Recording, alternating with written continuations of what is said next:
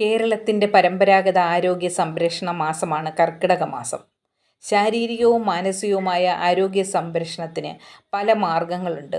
ഒട്ടും തന്നെ ചിലവില്ലാതെ ചെയ്യാൻ പറ്റിയ ഒന്നാണ് മുദ്രാ ചികിത്സ.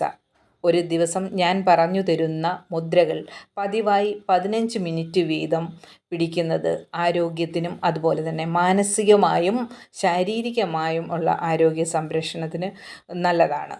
അപ്പോൾ തീർച്ചയായിട്ടും എല്ലാ ദിവസവും ഓരോ മുദ്രകളാണ്. അത് ഏതൊക്കെയാണെന്ന് ഓരോ ദിവസവും നോക്കി മനസ്സിലാക്കിയതിന് ശേഷം 15 മിനിറ്റ് വീതം അതായത് 15 മിനിറ്റ് സമയം പിടിച്ചുകൊണ്ടിരിക്കണം. അത് 2 കൈയിലും പിടിക്കുന്നതാണ് ഏറ്റവും നല്ലത്.